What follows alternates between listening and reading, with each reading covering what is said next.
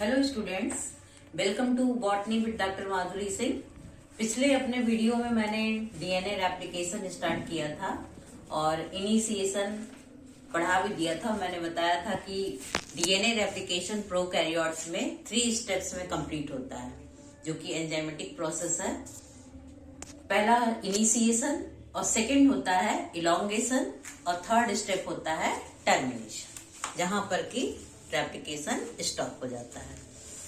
तो DNA replication की शुरुआत इनिशिएशन में मैंने बताया था कि प्राइमोसोम बनता है और प्राइमिंग कॉम्प्लेक्स जो होता है वो कंप्लीट बनता है, जिसमें कि सबसे पहले इनिशिएशन में क्या होता है कि डीएनए ए प्रोटीन आकर के बाइंड होता है 9 बेस पेयर पर और मेल्टिंग स्टार्ट करता है 13 मर्ज पर, जहां पर 3 रिपीट्स में 13 मर्ज पर जाकर के वो मेल्टिंग स्टार्ट करता है और इनिशिएशन पॉइंट खुल जाता है, यानी कि फार्क ओपन हो जाता है।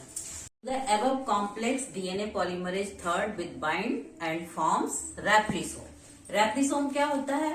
रेप्लिसोम जो है एक मल्टी प्रोटीन स्ट्रक्चर होता है, जहां पर कि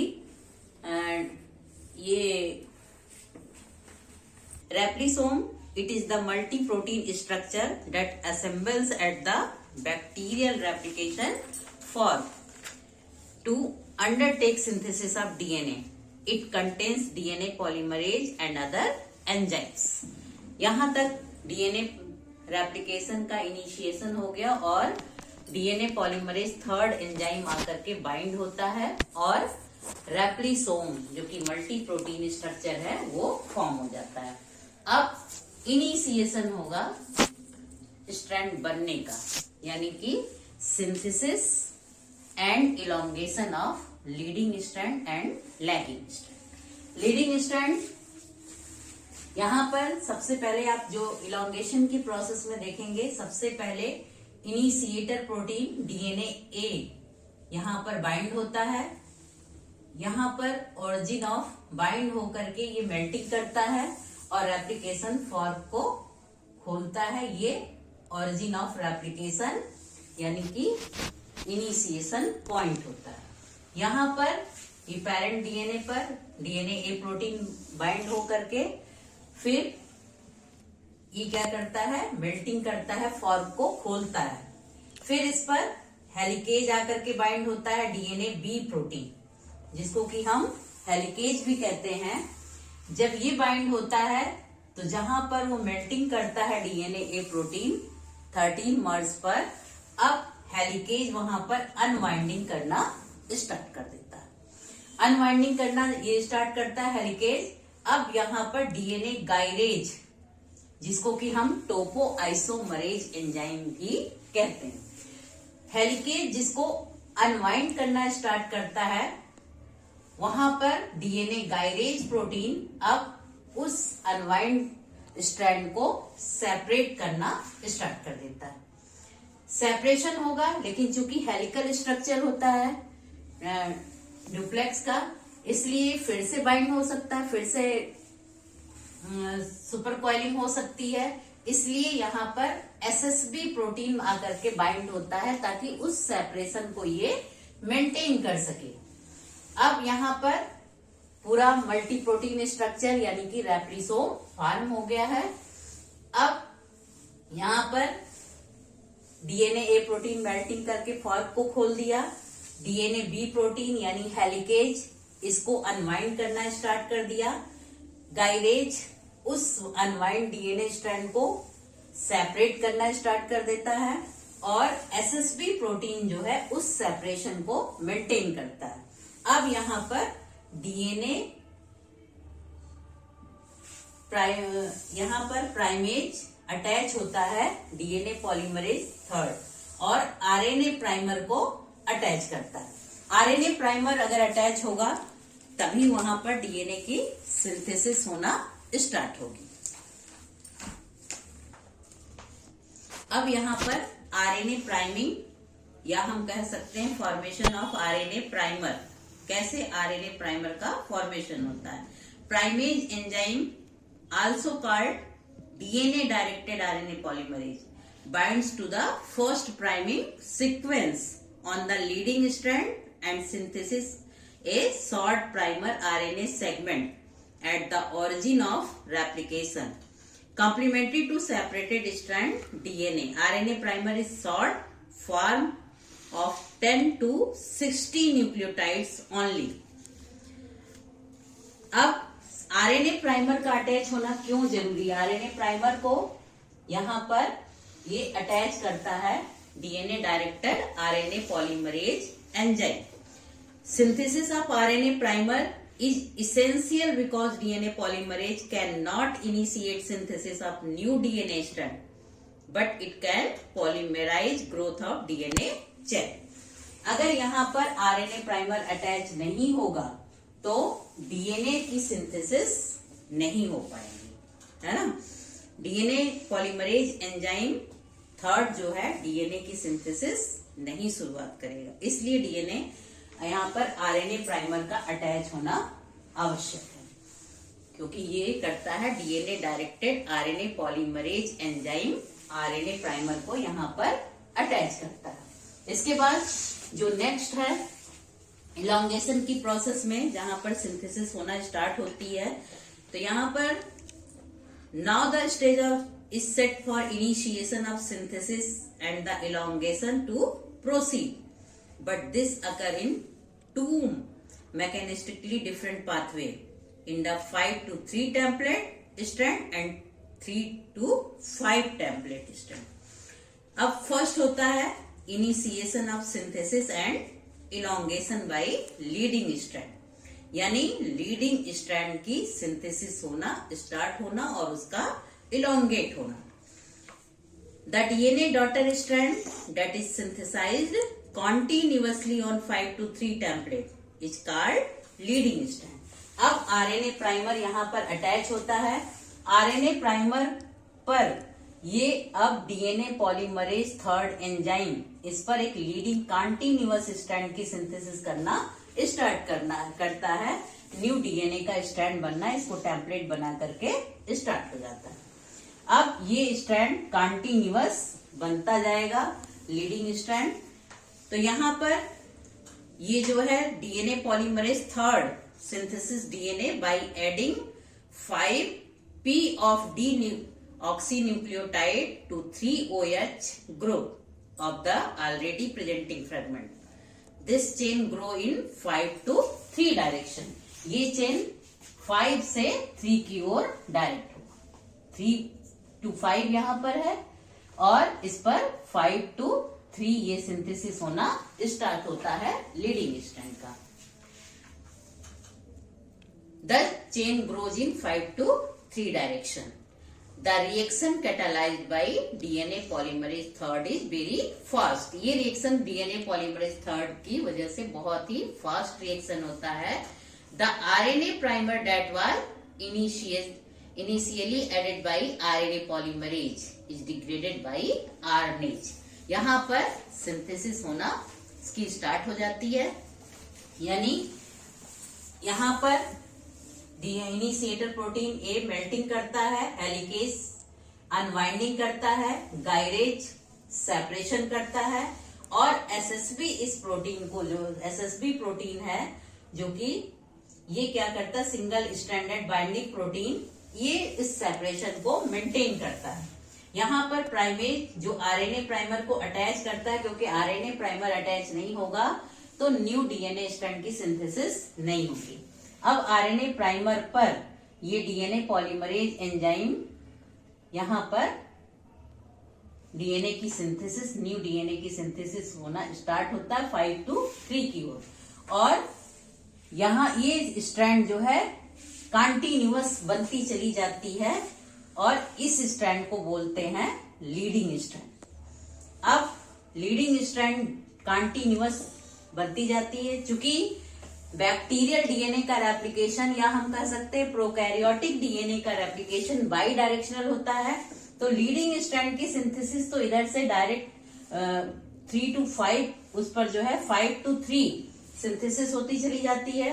दूसरी तरफ बाई डायरेक्शनल है तो इधर जो सिंथेसिस होगी यहाँ पर 3 to 5 पर इस तरफ से सिंथेसिस होना स्टार्ट होगा और यहाँ पर प्राइमेज और हेलिकेज ये मिलकर के यहाँ पर प्राइमर अटैच करते हैं और हेलिकेज अनवाइंडिंग करता है, गायरेज सेपरेशन करता है, एसएसबी सेपरेशन को मेंटेन करता है और यहाँ पर प्राइमेज जो है ये डीएनए की सिंथेसिस स्टार्ट कर देता है, जो कि लैगिंग स्ट्रैंड की सिंथेसिस होती है। लैगिंग स्ट्रैंड यानी फ्रेगमेंट के रूप में सिंथेसिस होती है, यानी कि initiation of synthesis and elongation by lagging strand. The daughter DNA strand, which is synthesized in discontinuous complex fashion on the template, is called lagging strand. इसे लैगिंग स्ट्रैंड कहते हैं क्योंकि ये फ्रेगमेंट के फॉर्म में होता है। इस लैगिंग स्ट्रैंड को ही, ये जो लैगिंग स्ट्रैंड बनता है कि ये जो एक ये बना, फिर ये एक फ्रेगमेंट बना, तो ये जो फ्रेगमेंटेड वो बनता है, ये फ्रेगमेंटेड जो डीएनए की सिंथेसिस हो रही, इसी फ्रेगमेंट को लैगिंग स्ट्रैंड भी कहते हैं, इस स्ट्रैंड को, और इस फ्रेगमेंट को ओकाजाकी फ्रेगमेंट कहते हैं। ओकाजाकी फ्रेगमेंट कहते हैं इसे। तो ये जो ओकाजाकी फ्रेगमेंट की सिंथेसिस होना स्टार्ट हो जाती है और यहाँ पर ओकाजाकी फ्रेगमेंट डिसकंटिन्यूअस सिंथेसिस होती लैगिंग स्ट्रैंड डीएनए की, और 5 to 3 strand producing short Okazaki fragments and removal of RNA primer by 5 to 3 exonuclease activity of polymerase first. DNA polymerase first की वजह से जो है ये आरएनए प्राइमर को बीच बीच में रिमूव करता चलता है, इसीलिए जो है या बीच बीच में फ्रेगमेंट के रूप में ये सिंथेसिस होती है। एक ये फ्रेगमेंट बना, फिर डीएनए पॉलीमरेज फिर इसको जो है इसको आरएनए प्राइमर को हटा देता है, फिर जब अटैच होता है तो फिर एक फ्रेगमेंट बनता है, फिर आरएनए प्राइमर हट जाता है। इस तरह से पूरी जो फ्रेगमेंट बनती है, फ्रेगमेंटेड वो बनती है स्ट्रैंड, इसको कहते हैं ओकाजाकी फ्रेगमेंट या लैगिंग स्ट्रैंड। ये लैगिंग स्ट्रैंड की सिंथेसिस एंड इलोंगेशन कई स्टेप्स में होती है। सबसे पहले synthesis of Okazaki fragment to the RNA primer synthesized by primosome. 1000 to 2000 nucleotides are added by DNA polymerase third to synthesis Okazaki fragment. RNA primer जो कि प्राइमोसोम के द्वारा सिंथेसाइज होता है, 1000 से लेकर 2000 न्यूक्लियोटाइड्स डीएनए पॉलीमरेज थर्ड वहां पर ऐड करता है, जहां पर की सिंथेसिस होती है ओकाजाकी फ्रेगमेंट की। ओकाजाकी फ्रेगमेंट कैसे बनते हैं या ये फ्रेगमेंटेड डीएनए स्ट्रैंड बनता कैसे है, ये हमने बताया कि डीएनए पॉलीमरेज फर्स्ट एंजाइम बीच बीच में आरएनए प्राइमर को रिमूव करता चलता है, इसलिए ये फ्रेगमेंट्स के फॉर्म में आ जाते हैं। इसी फ्रेगमेंट को ओकाजाकी फ्रेगमेंट कहते हैं और इस तरह की स्ट्रैंड को लैगिंग स्ट्रैंड कहते हैं। इस स्ट्रैंड को लैगिंग स्ट्रैंड कहते हैं।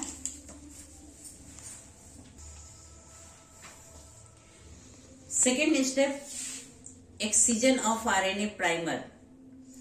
When the Okazaki fragment synthesis which was completed up to RNA primer, then RNA primer was removed by DNA polymerase first using to its 5 to 3 exonuclease activity। जब Okazaki fragment बन जाता है RNA primer पर, तब क्या होता है, RNA primer वहां से रिमूव्ड हो जाता है। किसके द्वारा? डीएनए पॉलीमरेज फर्स्ट के द्वारा, जो कि 5 to 3 एक्सोन्यूक्लियेज एक्टिविटी के थ्रू वहां से आरएनए प्राइमर बीच बीच में रिमूव होता जाता है, जिससे ये लैगिंग स्ट्रैंड फ्रेगमेंट के फॉर्म में बनते चले जाते हैं। फिर next step, filling the gap, यानी कि nick translation. The gap created by the removal of primer is filled up by DNA polymerase first using the 3OH, जो 3OH group of nearby Okazaki fragment by its polymerizing activity excision of RNA primer के हटने के बाद वहां पर gap fill होता है, बीच बीच में गैप बन जाता है, जो कि Okazaki fragments bye it's polymerising activity के थ्रू डीएनए पॉलीमरेज फर्स्ट के आरएनए प्राइमर के रिमूव करने की वजह से वहां पर गैप क्रिएट हो जाता है बीच बीच में। अब इस गैप को भरने के लिए, निक सीलिंग करने के लिए वहां पर ज्वाइनिंग होती है। अब निक सीलिंग होती है नेक्स्ट स्टेप में, और ज्वाइनिंग होगी ओकाजाकी फ्रैगमेंट की। इसमें क्या होता है, finally the nick exchanging between the fragments are sealed by DNA ligase, which catalyze the formation of phosphodiester bond between a 3-OH at the end of one strand and a 5-phosphate at the other end of another fragment. अब यहाँ पर gap जो बन गया है fragments के बीच में, ये जो फ्रैगमेंटेड स्ट्रैंड बना है, अब डीएनए लाइगेज एंजाइम इधर से मूव करता है और जितना भी गैप हुआ है इन सभी गैप को भरकर इसको जो है एक कंटिन्यूअस स्ट्रैंड बनाता है। यानी एक का 3OH और दूसरे के 5OH से 5P से इसको जोड़ेगा और डीएनए लाइगेज एंजाइम जो होता है निक सीलिंग का काम करता है, मतलब कि एक जो है ज्वाइनिंग करता है लैगिंग स्ट्रैंड को, एक कंप्लीट स्ट्रैंड बनाता है। ये जो है डीएनए लाइगेज एंजाइम करता है। अब इसके जो मेन स्टेप्स थे, यहाँ पर हम फिर से शुरू से चलते हैं कि इनिशिएटर प्रोटीन डीएनए ए प्रोटीन बाइंड हुआ और फार्क खोला, यानी ओरिजिन ऑफ रेप्लिकेशन पॉइंट से स्टार्ट हुआ, मेल्टिंग किया, 13 मर्स पर 9 मर्स पर बाइंड हुआ और 13 मर्स पर यहाँ पर फ्रैगमेंट को यहाँ पर खोला, फॉर्क को मेल्टिंग करके। अब ये रेप्लिकेशन फॉर्क खुल गया जो कि एक वाई स्ट्रक्चर फॉर्म कर लेता है। अब हेलिकेज एंजाइम, हेलिकेज जो है हेलिकेज प्रोटीन या डीएनए बी प्रोटीन, ये बाइंड होता है और उस जहां पर रेप्लिकेशन फॉर्क खुला है अब वहां पर वो क्या करता है, जो हेलिकल स्ट्रक्चर है डीएनए का डिप्लेक्स का, उसको अनवाइंड करने का काम करता है और डीएनए गायरेज उसे सेपरेट करने का काम करता है, जिसको कि हम टोपो आइसोमरेज एंजाइम भी कहते हैं।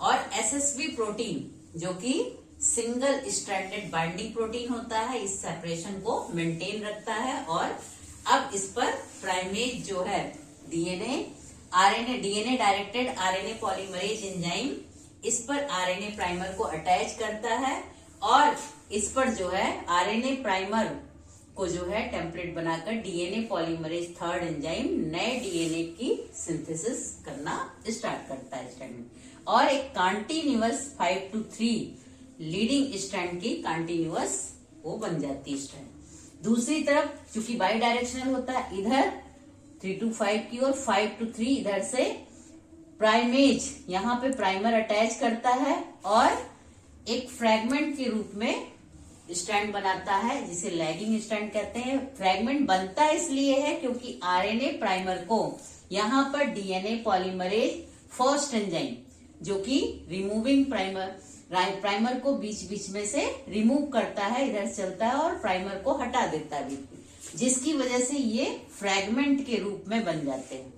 अब इस फ्रैगमेंट को जो गैप बनता है, इस फ्रैगमेंट को जोड़ने का काम, ज्वाइनिंग का काम ओकाजाकी फ्रैगमेंट को, जो लैगिंग जो फ्रैगमेंट बनते हैं इस फ्रैगमेंट को कहते हैं ओकाजाकी फ्रैगमेंट। इस फ्रैगमेंट को यानी कि जो ओकाजाकी फ्रैगमेंट्स हैं इनको भरने का काम लाइगेज एंजाइम करता है, डीएनए लाइगेज।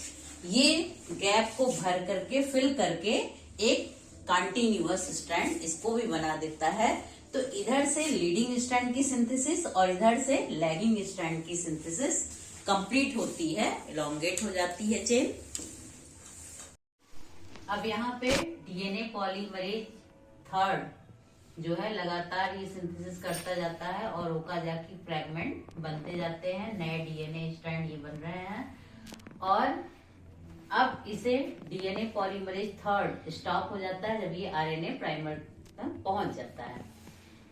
नेक्स्ट स्टेप में डीएनए पॉलीमरेज कंटिन्यूअस सिंथेसिस करता जाता है। डीएनए पॉलीमरेज फर्स्ट, क्योंकि ये प्रूफ रीडिंग करता है। डीएनए लाइगेज, ये जो फ्रेगमेंटेड पार्ट बनते हैं, इनको अब दोनों डीएनए फ्रेगमेंट्स को लिंक करता है, दोनों डीएनए फ्रेगमेंट्स को। यानी इलॉन्गेशन की प्रोसेस में strand with 3 to 5 polarity serves as a template for continuous DNA synthesis are called leading strand. दूसरी तरफ other strand with 5 to 3 polarity forms the loop structure. This loop invert the orientation of the template. DNA strand that is synthesized on this loop is fragmented or discontinuous, and it is known as lagging strand or Okazaki fragment. DNA polymerase first degrades the RNA primer and simultaneously catalyzes the synthesis of short DNA segments to replace the RNA primer. DNA polymerase first क्या करता है? RNA primer को remove करता जाता है, जिससे कि DNA का स्ट्रैंड शॉर्ट फ्रेगमेंटेड पार्ट में बनता है।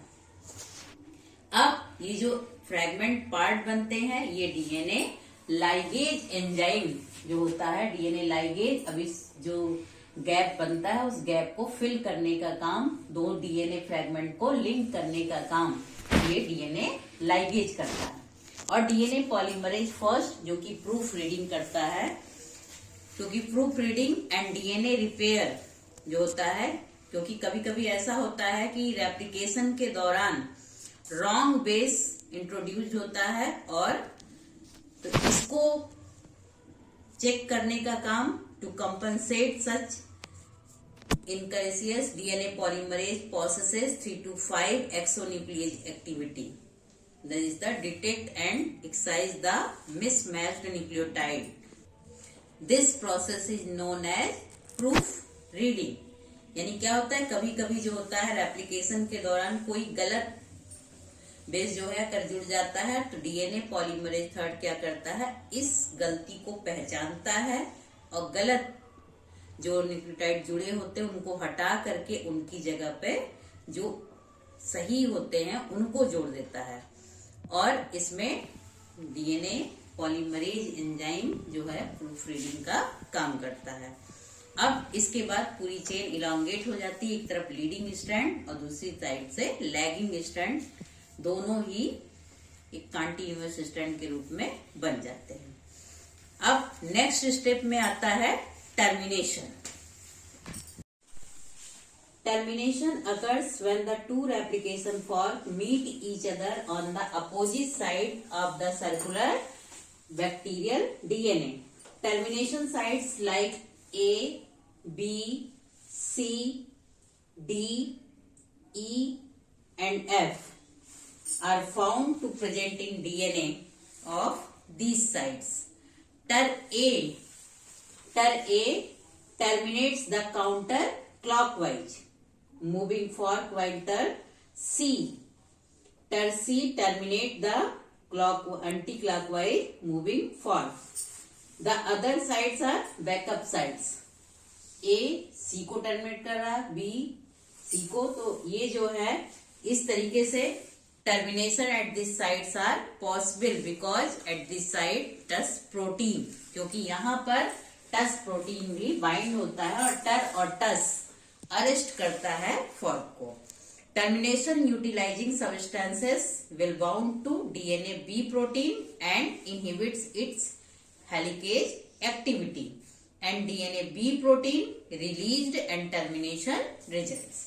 यानी यहाँ पर जो है, जो टर्मिनेशन होता है, यहाँ पर दोनों फार्क जो खुले होते हैं, दोनों अपोजिट साइड के सर्कुलर बैक्टीरियल डीएनए में ये फॉर्क ट्रैप होते हैं। जो रीजन होता है जहां पर की फॉर्क खुला रहता है, रेप्लिकेशन फॉर्क, इस रीजन में यहाँ पर टर्मिनेशन साइट्स होते हैं A B C D E F, ये जो है बैक्टीरियल डीएनए में प्रेजेंट रहते हैं। टर ए टर्मिनेट्स करता है counter clockwise moving the fork, while टर सी ये टर्मिनेट करता है द क्लॉकवाइज मूविंग फॉर्क। फिर ये दोनों जो है यहाँ पर आकर के ट्रैप कर देते हैं और ये डीएनए का रेप्लिकेशन यहाँ पर रुक जाता है। यहाँ पर टस प्रोटीन, टस यानी कि TUS protein, termination utilising substances, जो कि डीएनए बी के साथ बाइंड होता है और टस प्रोटीन बाइंड होकर के डीएनए बी प्रोटीन को इनहिबिट करता है, जिससे कि डीएनए ए जो होता है यहाँ पर रिलीज हो जाता है। डीएनए बी प्रोटीन रिलीज हो जाता है और टर्मिनेशन हो जाता है। यहाँ पर टस प्रोटीन का रोल होता है कि टस प्रोटीन दोनों जो है, ये टस प्रोटीन इधर से आकर फॉर्क को पास करता हुआ इस छोर पर आकर के इसको बाउंड कर देता है फॉर्क को, और दूसरी तरफ ये टस प्रोटीन जो है यहाँ पर आकर के ये फॉर्क को यहाँ से क्लोज कर देता है, जिससे कि ये फॉर्क बंद हो जाता है, ट्रैप हो जाता है और डीएनए की सिंथेसिस होती है। After the complete synthesis 2 duplex DNA are found to the catenated यानी नॉटेड स्ट्रक्चर बन जाता है। यानी 2 डीएनए जो है डुप्लेक्स डीएनए एक दूसरे में नॉटेड स्ट्रक्चर फॉर्म करता है। This catenation removed by the action of topoisomerase 4th enzyme. Topoisomerase enzyme यहाँ आकर के बाइंड होता है और इस नॉट को, जो दोनों एक दूसरे में नॉटेड स्ट्रक्चर रहता है, इस नॉट को कैंची की तरह काम करता है और इसको खोलता है कट करके। फाइनली जब ये टोपोआइसोमरेज 4th एंजाइम आकर के बाइंड होता है और इस कैटनेशन को रिमूव करता है, जिससे कि ये दोनों डुप्लेक्स डीएनए के अलग होते हैं। और लास्ट में क्या होता है कि फाइनली क्या होता है, from single parental duplex DNA to progeny duplex DNA synthesise, और टोपोआइसोमरेज फिर अलग हो जाता है, सेपरेट हो जाता है।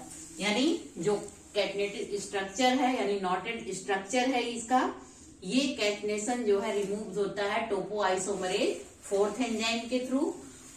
ये टोपोआइसोमरेज एंजाइम इस नॉट को खोलता है और जिससे क्या होता है कि एक पेरेंटल डीएनए डुप्लेक्स से 2 प्रोजेनी डुप्लेक्स डीएनए सिंथेसाइज हो जाते हैं, 2 प्रोजेनी डीएनए डुप्लेक्स बन जाते हैं और टोपोआइसोमरेज एंजाइम फिर अलग हो जाता है।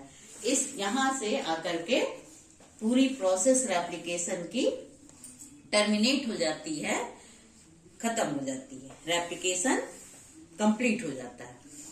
अब हम देखते हैं कि prokaryotic and eukaryotic DNA replication में सिमिलरिटी क्या क्या होती है। The step of DNA replication are generally the same for all prokaryotic and eukaryotic organism. Unwinding the DNA is accomplished by an enzyme named DNA helicase, and manufacturing new DNA strand is originated by enzymes called polymerases. दोनों में ही DNA की unwinding का काम DNA helicase enzyme करता है और new DNA strand के बनने के लिए डीएनए पॉलीमरेजेज एंजाइम जो है ये इन्वॉल्व होते हैं। DNA directed RNA polymerase enzyme RNA primer attach करता है। Both types of organism also follow a pattern called semi conservative replication. In this pattern the individual strand of DNA are manufactured in different directions, producing a leading and lagging strand. दोनों में ही leading और lagging strand का formation होता है। Lagging strand are created by the production of small DNA fragments called Okazaki fragment that are eventually joined together. दोनों में ही prokaryotes and eukaryote DNA replication में लैगिंग स्ट्रैंड बनता है, जो कि स्मॉल डीएनए फ्रैगमेंट्स बनते हैं, जिसको कि ओकाजाकी फ्रैगमेंट कहते हैं, जो कि बाद में डीएनए लाइगेज एंजाइम के थ्रू ज्वाइंट हो जाता है।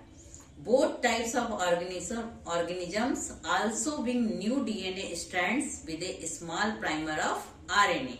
दोनों ही टाइप्स के ऑर्गेनिज्म में प्रोकैरियोटिक और यूकैरियोटिक ऑर्गेनिज्म में डीएनए का रेप्लिकेशन जब होता है तो नए DNA strands small RNA primer के अटैच होने के बाद ही बनना स्टार्ट होता है। प्रोकैरियोट और यूकैरियोट डीएनए रेप्लिकेशन में डिफरेंसेस क्या होते हैं?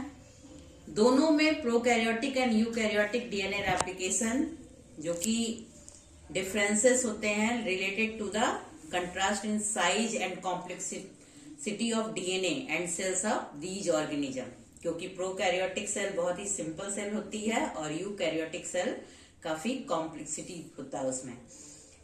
The average eukaryotic cell has 25 times more DNA than a prokaryotic cell. In prokaryotic cell, there is only one point of origin. Replication occurs in two opposite direction. जो prokaryotic cells होते हैं उसमें एक ही origin point खुलता है जहां पर की रेप्लिकेशन होती है अपोजिट डायरेक्शन में, दोनों ही डायरेक्शन में होती है, बाई डायरेक्शनल होती है। लेकिन यूकैरियोटिक में क्या होता है कि मल्टीपल पॉइंट्स ऑफ ओरिजिन खुलते हैं और यूनी डायरेक्शनल रेप्लिकेशन होता है within the nucleus of the cell. Prokaryotic cell possesses one or two types of polymerases, whereas eukaryotes have 4 or more replication also happens at a much faster rate in prokaryotic cells than in eukaryotes. Some bacteria take only 40 minutes. Bacteria में जो DNA पूरे genome का replication होता है वो 40 minutes में complete होता है, वाइल एनिमल सेल्स जैसे कि ह्यूमंस वगैरह में 400 घंटे में ये कंप्लीट होता है। ओके, ये टॉपिक यहीं पर खत्म होता है। अगले टॉपिक के साथ ये topic DNA replication in prokaryotes यहीं पर खत्म होता है। अगले टॉपिक के साथ हम मिलेंगे अगले वीडियो में।